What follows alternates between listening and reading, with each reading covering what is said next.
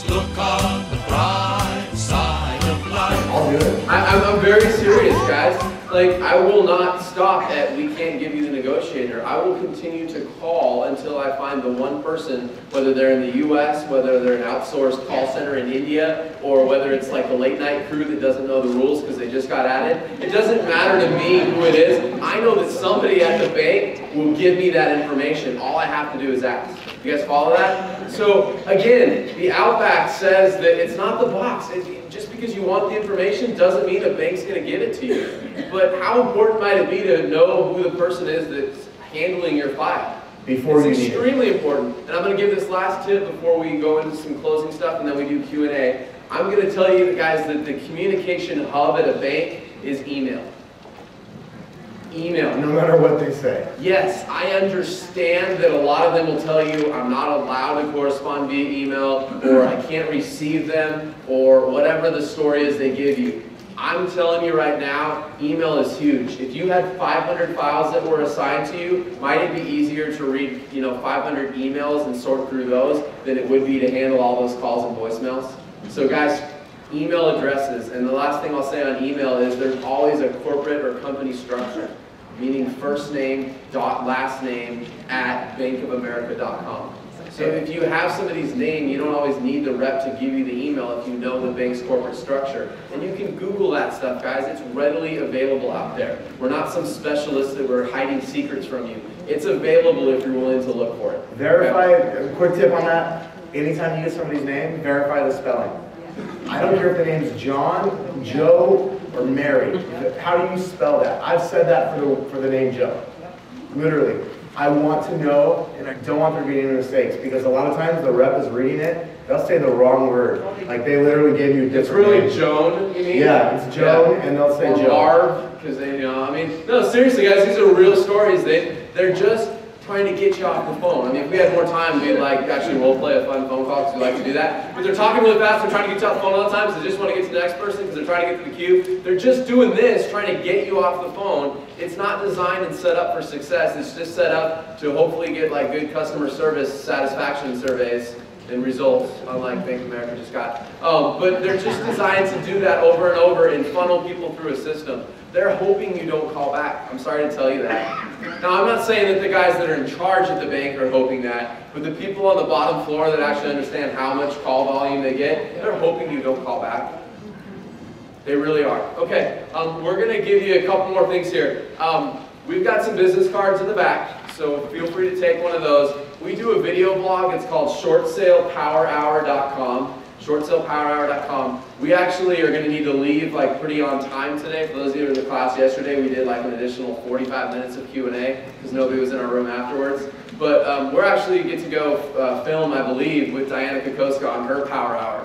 So we created, yeah, we created Short Sale Power Hour to be basically, for those of you that watch Power Up with Maps, like Diana Kokoska does every day, it's the short sale version of that. We created it to help agents like you around the country be able to log on and think that, oh, thank goodness I'm not the only crazy one that's doing these. So you can relate to our stories. You can hear us talking about what's new and what's going on. We talk about a lot of our class content is in there as well, so I encourage you to check that out. I also want to say that Roger Hagel, who I introduced earlier, he has written some amazing content here at Keller Williams. I'm not trying to send you just to our website. There is amazing content that's available to you for free right here at KW with what they have, guys, okay? It's the Distressed Property Series. You can go look for it on KWU. There's some really great stuff, okay? And I know Nolly Williams, who did our panel the other day, he has some great stuff here with the MAPS coaching program. So if you're serious about short sales, get plugged in, get into some education.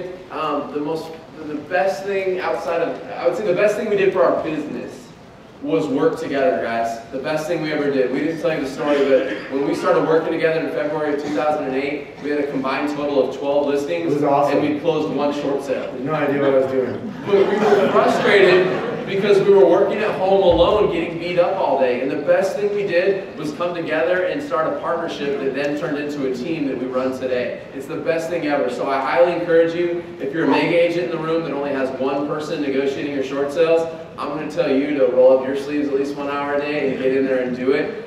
because it's absolutely vital that you give that person that's doing your short sales the support that they need. Doing short sales alone is not fun.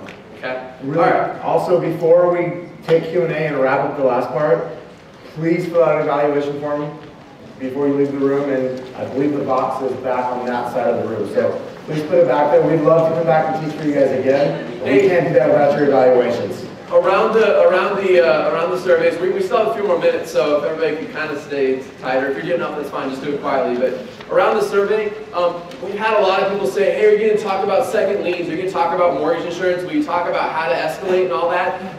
We'll do some Q&A here in a moment, but if you want that content, put it on the survey, because KW needs to hear the specifics on what you want. If you just write, I want more content on short sales, they're not necessarily going to develop the class for that. So I was just talking to Roger about it, and we're going to sit down and work on some stuff, but I would love it if the surveys reflect what it is that you guys really want to know. There's a whole, I mean, we could talk for 8 hours up here, and you would get bored, I guess, but we would talking around short sales and what's going on out there. So write what your specific needs are so that KW can market that material and put it together for you guys. So we're going to end with what we call our Outback Foundation mindset points, guys.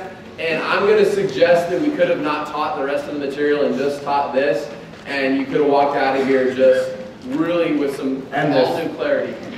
And your Outback drawing, yes, thank you, Kevin. Our first mindset foundational point, guys. Take a position of authority.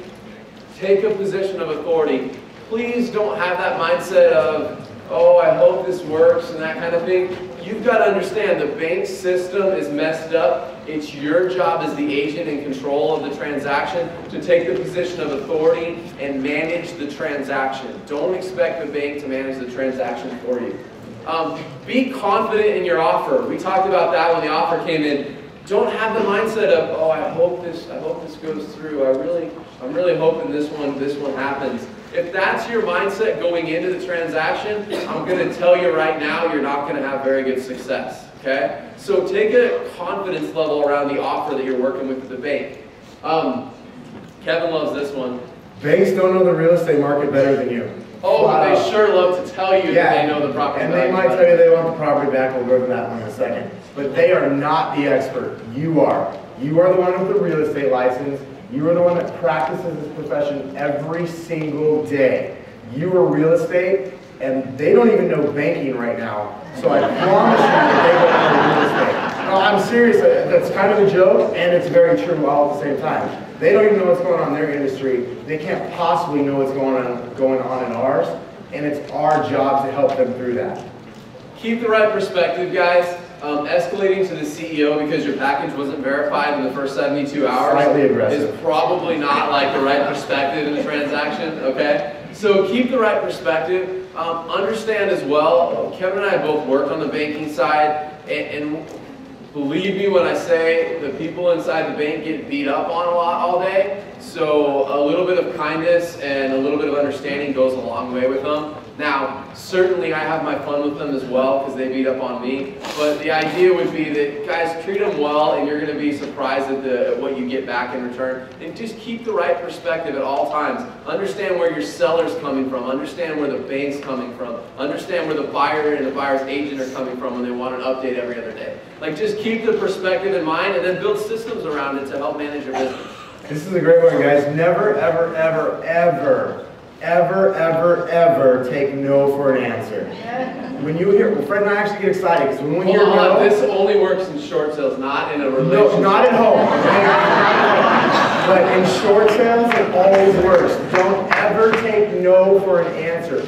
We get excited when we keep hearing no's because we know that the yes is right around the corner. And another little bit there is don't ever accept no from somebody who can't or doesn't have the ability to give you a yes. Did you guys hear that? I would tell you to write that down. One of our employees, team members, said that to us one day. She wrote us an email. She said, I think this is a great slogan. Don't ever take no from someone who doesn't have the ability to say yes. If the person that's answering the phone is all they're doing is answering questions and they're telling you your short sale is denied and they don't have the ability to actually approve your short sale, please don't listen to that. You guys hear that? Like, they don't have the ability to sign the approval, so why would I really care what they're thinking? Always look on the bright